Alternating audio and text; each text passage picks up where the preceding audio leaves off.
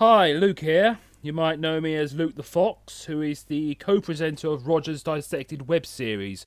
I came up with this idea for this video after watching Arin Hansons, aka Egoraptor's video, where he looks up his Wikipedia page and talks about his voiceover experiences in video games and animation.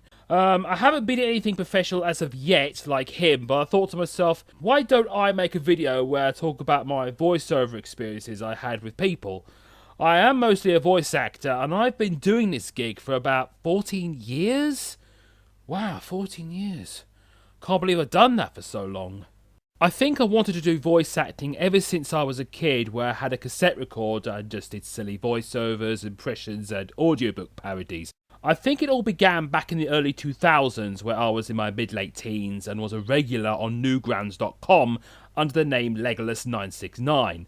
I went by that name as I was a huge Lord of the Rings fanboy at the time, and my favourite character was Legolas, as he reminds me of Link from The Legend of Zelda. I had zero experience with Flash, so I was mostly a commenter on there, voting on movies to get points and blamming others if they find them really crap. I remember being rather harsh on some animations, as it was encouraged to be insulting on the comments section back then, and I had no idea that these people would read these comments and reply back. I remember being rather rude on someone's weird ass animations, saying how it was a huge piece of crap, and he replied saying that I make Michael Jackson look normal.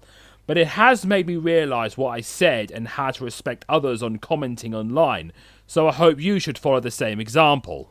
Now, I think it was about early 2004 when I was 18 that I was into watching Sonic parodies online, and one that caught my eye was Sonic and the Treasure Hunt, or Sonic and the Treasure of Captain No Beard by a certain Roger Vander Wade, and I thought it was bloody hilarious. It had all these cameos from Dr. Evil and Cartman, and it had Knuckles with a terrible French accent. No offense to the person who voiced him. I found out that he allows anyone to voice act for him, and this amazes me, as you don't need to have professional acting experience or be in the acting business to do voiceovers. And I thought, oh my god, this could be my chance to make it big on the internet. So I contacted him, and I was surprised he replied to me so fast.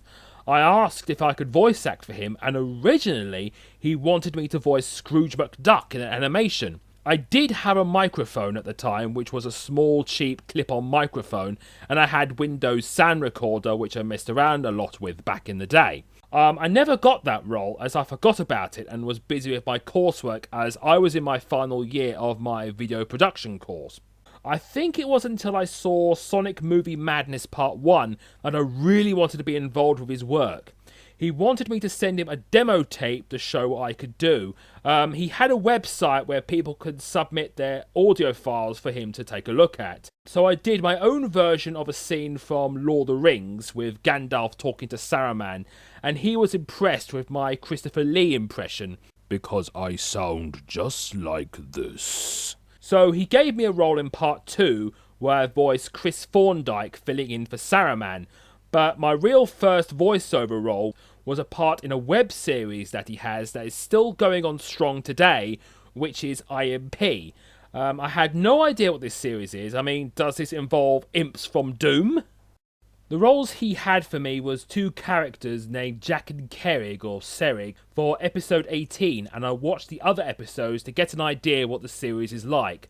I was given no descriptions or images what these characters look like, apart from that Serig was meant to be Welsh, as I told Roger that I could do accents.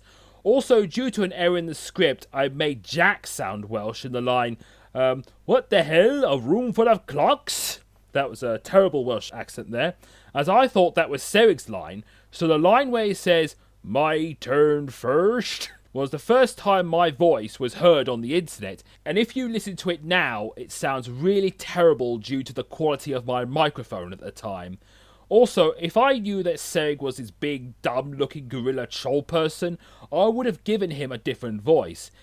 He was brought back in a future episode, and I wanted to make him sound like a high school jock bully, so I gave him a jerk-ass American accent like Rocksteady from TMNT, or a gangster, hey, you know what I mean? Hey, you know what I'm saying, get out of here!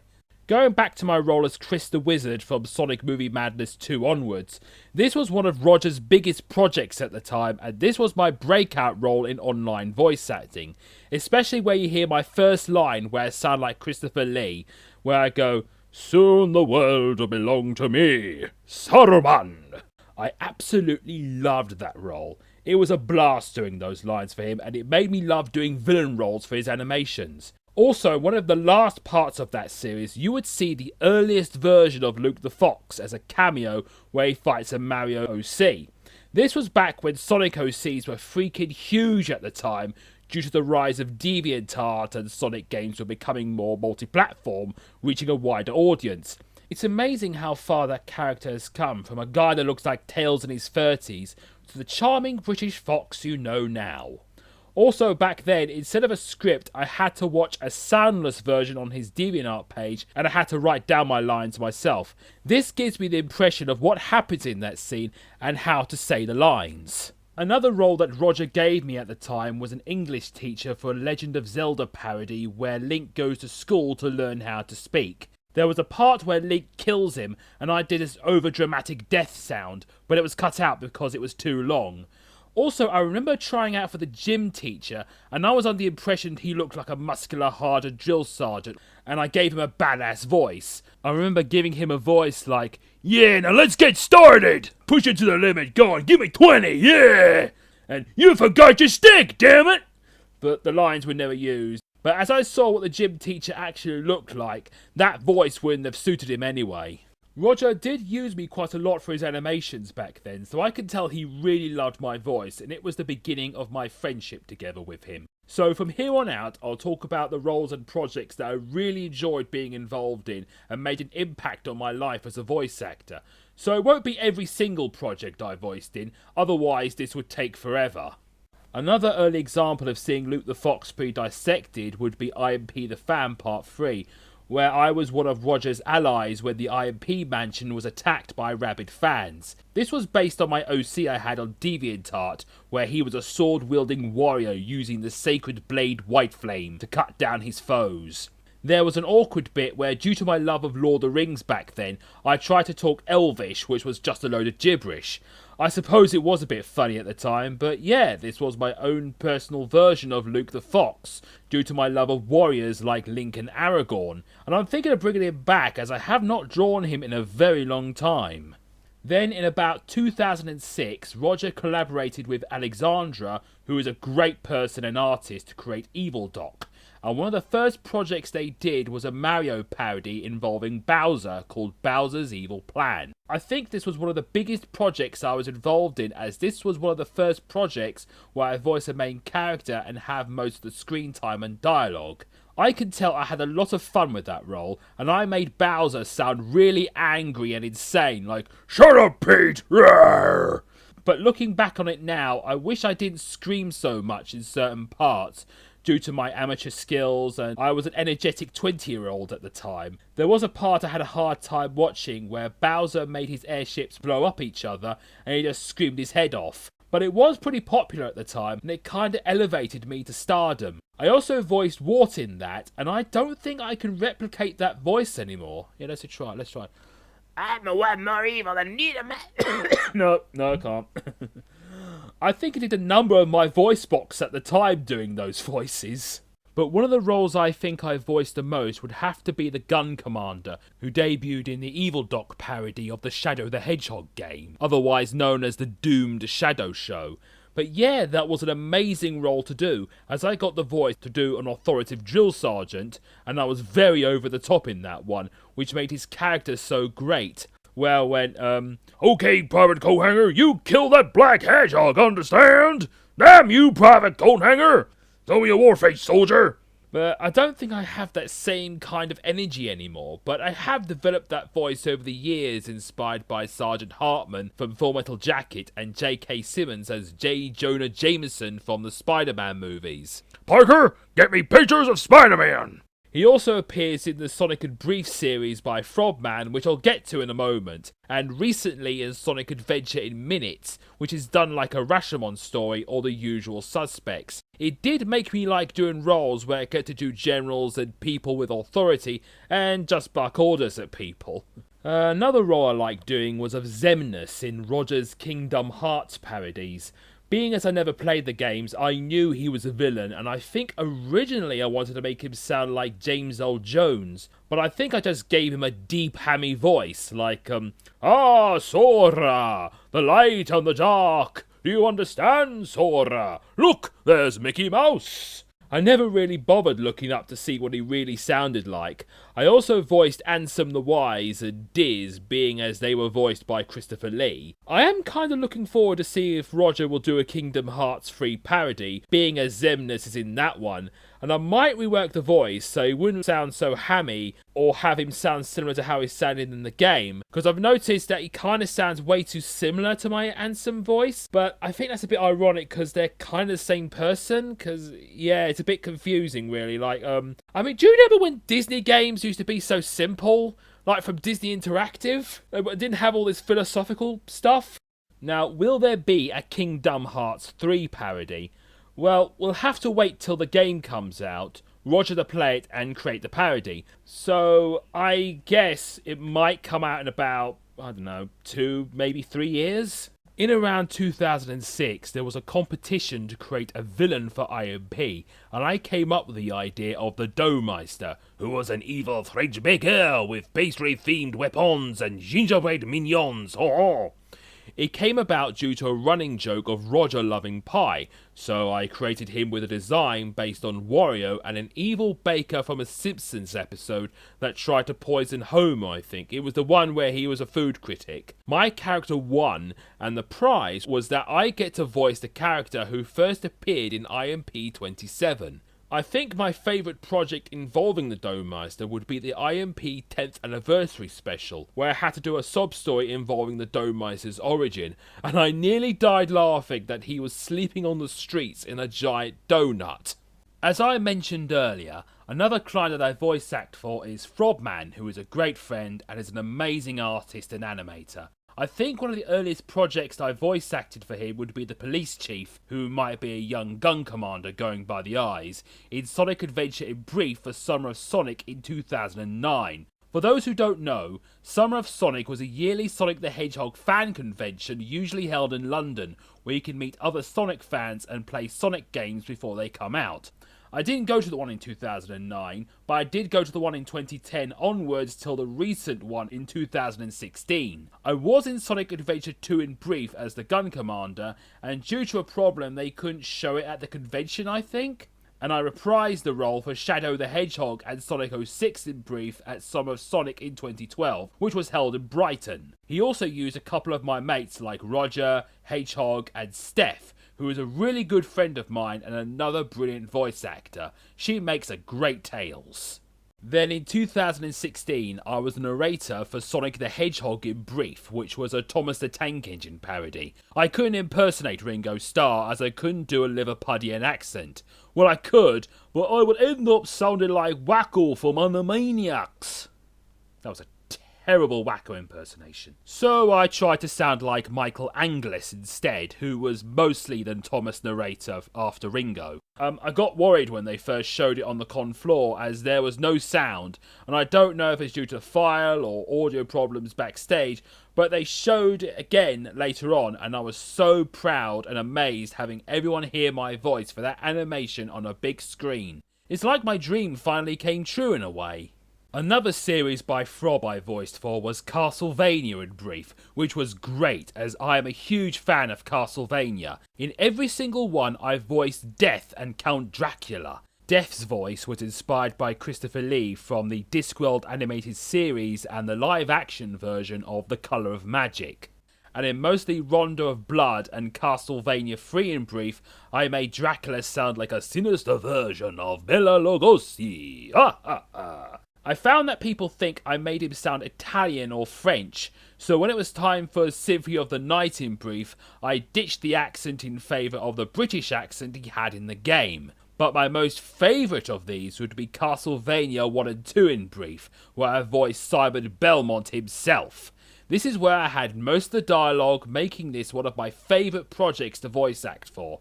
I gave him this heroic, macho British voice, inspired by Little Karibo's Yami voice from Yu-Gi-Oh! Abridged, with a bit of Simon Belmont from Captain N, where I make him sound, "Ha ha! Count Dracula, time for you to die, for I, Simon Belmont, will take back the night." Of course, Frob is in it too, as the other voices. I also want to give a small mention for Dan, aka DC Leadboot, where I voiced in a few of his animations like Sonic and Dan Buster, which is a crossover series with Dan's OC characters and Sonic the Hedgehog, and I got to voice a Scottish eagle named Maquilla Rockbeak. That was a really fun role to do. It was a shame the series was never completed. Another mention goes to my mate Steve, aka Sephiroth Wolf, who is a great artist, and he had a small series called 2.5 Ninja, or 2.5 Nin, which was a Naruto parody, and I voiced Orochimaru. I knew nothing about Naruto back then, or its characters, and whilst the artwork was really good and the audio quality was pretty poor in places, including mine, but yeah, it was a pretty fun and mad experience. I mean, there was also a parody he did where I sang Billie Jean. Yeah, it was fun. Another great client I voice acted for was Pedro Pereira, sorry if I mispronounced your surname, who is a great animator, and he had a web series called Deliverance, which involves the mishaps of 3 couriers, and I voiced Boss Artisan Cluster. I pretty much gave him my own British voice, but in a serious and cynical way. What was great about this client was that he took my voice acting professionally and wanted me to say the lines in a certain way, so he would voice the lines himself as a guide to how I should say them. It kind of makes me notice there are certain clients who are happy with the lines I do in just one take and they go, yeah, that's fine, and there are those who make me want to do the lines over and over until they are exactly how they imagine they should sound like from the script. So I sometimes give people more than one take so they could choose the best take. I had a lot of screen time for this role, especially in the later episodes, and I love how well animated they were. The series is sort of in production at the moment, and he made a new episode some time ago, and I recommend anyone to check it out. I've also had a great voiceover role with Malanus, who is a brilliant sprite animator with his series Sonic Age of the Brotherhood, which is like a better version of Sonic Forces, which has Sonic and friends involved in a huge war against Eggman and the Brotherhood of Metallics, I think? I voice a general of the Resistance as well as other soldiers, and I thought I was voicing the gun commander going by the script, but he's a totally different character and my voice fits him amazingly. It was brilliant being involved in that. The series is still in development and he will turn up again in a future episode.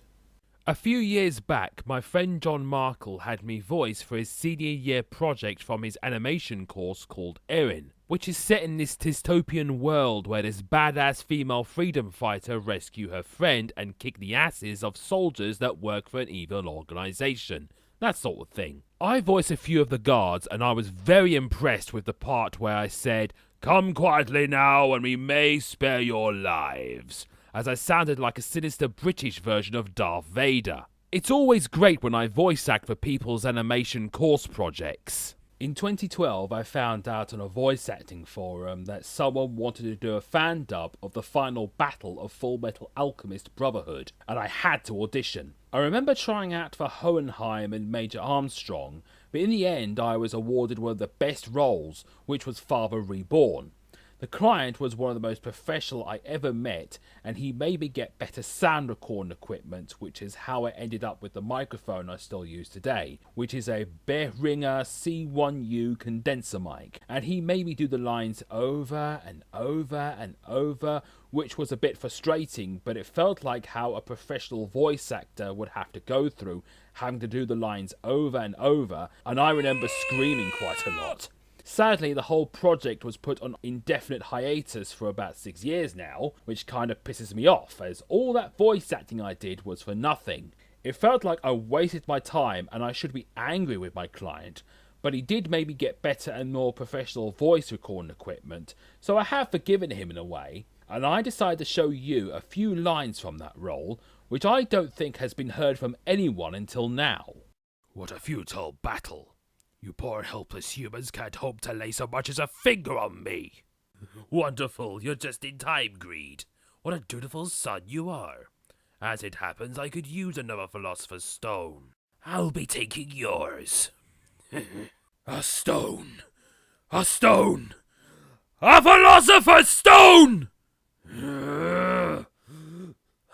A stone! You vile human! Give it to me! Your energy! It's the same with another project I was involved with, where it's like the Burger King versus McDonald's, where I voiced the King and Ronald McDonald and made him sound like Mark Hamill's Joker. And Lindsay Lohan was involved, I think? I cannot remember what the project was called nor the name of the client, so I can't contact him to see if he ever made that project. But I think I can show you a few lines that I don't think anyone has heard. This is a dark day. Who knew that Ronald McDonald would flip out and turn evil? Nevertheless, we must act at once. If I know Ronald McDonald is going to fight with an army, so I'll assemble an army of my own. You can join me if you want, Lindsay Lohan and Nick Carter, but it will be dangerous. All right, I suppose I've let you wait long enough. As you can see here, this is the McDonald's Corporation new plan. The head CEO told me to fake my death so we could shame people into buying more McDonald's products. That's just the beginning. With this new McDonald's technology, we can wipe out every single restaurant, market, and fast food place in the world, so McDonald's can reign supreme. We will stop at nothing to accomplish our goal, and not even the government can do a thing about it. Why? Because George W. Bush is on our side.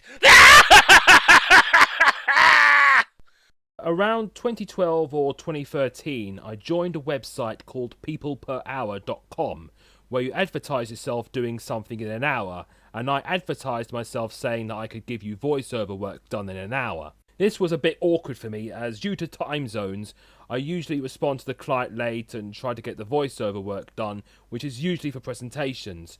But there was one client I got on very well with, and it was paid work, which was Kente, who was a really lovely person, and he has a website where he posts online audiobooks.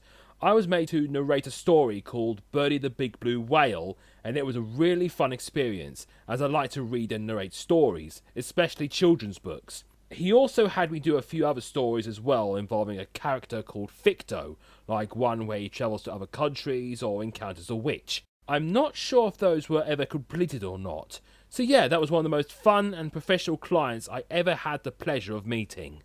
Around late 2015, an awesome anthro artist I know of called Dark Speeds was doing a comic voiceover dub of the webcomic Beyond the Western Deep, which was kind of like if Redwall was more like Game of Thrones, but without the sex and gore. I was lucky to audition on time on BehindTheVoiceActors.com, and I got the role of General Clovis and a canid rookie called Greenpaw. Clovis is one of my most favourite roles I ever did in my time as a voice actor, as he's a major character, and I had a ton of fun with him, making him sound like a grumpy general with a booming voice, who may have had delusions of grandeur.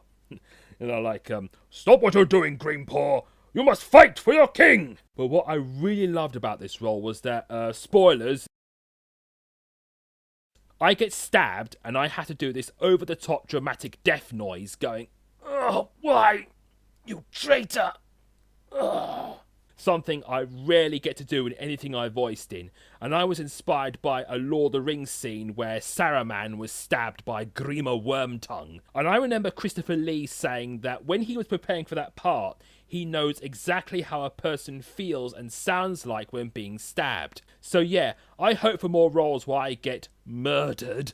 They are always fun, and it was amazing being involved in this project.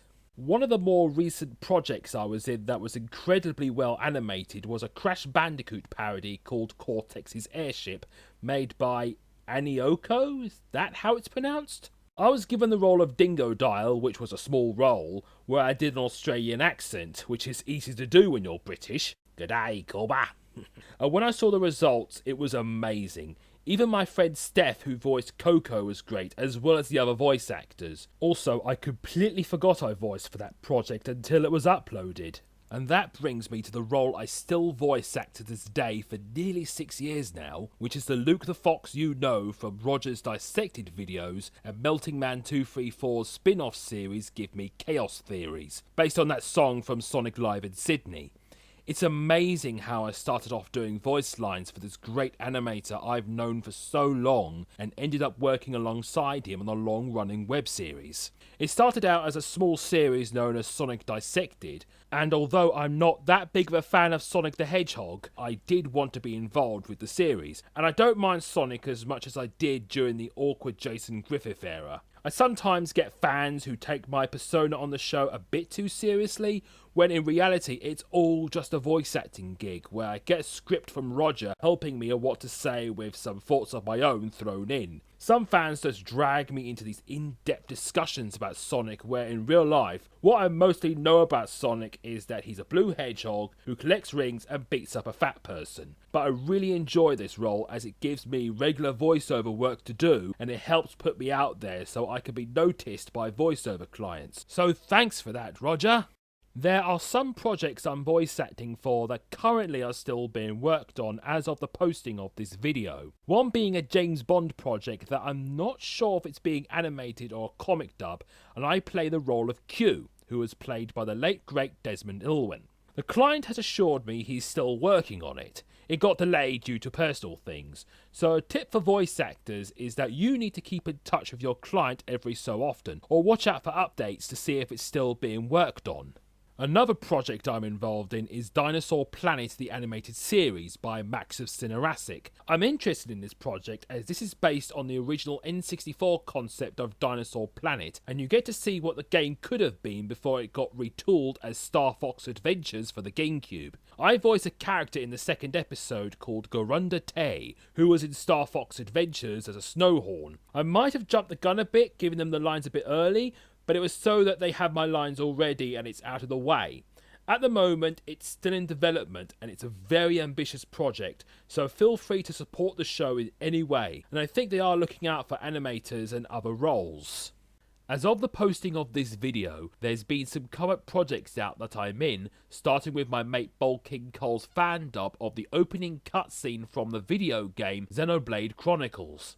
I voiced Dixon and Dunban, which is easy for me what with the dodgy British accents in that game. I have enjoyed voicing the two characters and there might be more cutscene dubs in the future. Also, we've been doing some comic dubs as well, so keep an eye out for those. Another one that's out recently is a new IMP episode by Roger, which kinda counts as the 15th anniversary special, which involves Roger and Scottish villain Romsey having zany mishaps in the Red Rose restaurant. I play the grumpy bear waiter named Worker. I kinda gave him this rude and cynical British accent, like if Zeb from Star Wars Rebels was more like Lurch from the Addams Family. It also helped that I had a bit of a sore throat at the time. Also, those roars were all me too, so give 'em a watch. Link will be in the description. So yeah, that's my history and experiences of my voice acting hobby over the last 14 years as of this video. I have come a very long way and I'm still voicing roles and enjoying what I do. I'm quite proud of the roles I've done and it was great being involved with these projects and knowing the people that made them. So if you want to use my voice for anything, be it animation, dubs, narration or a game, paid or unpaid, just contact me with your proposal and we'll see what we can do. So that's all from me. Cheerio!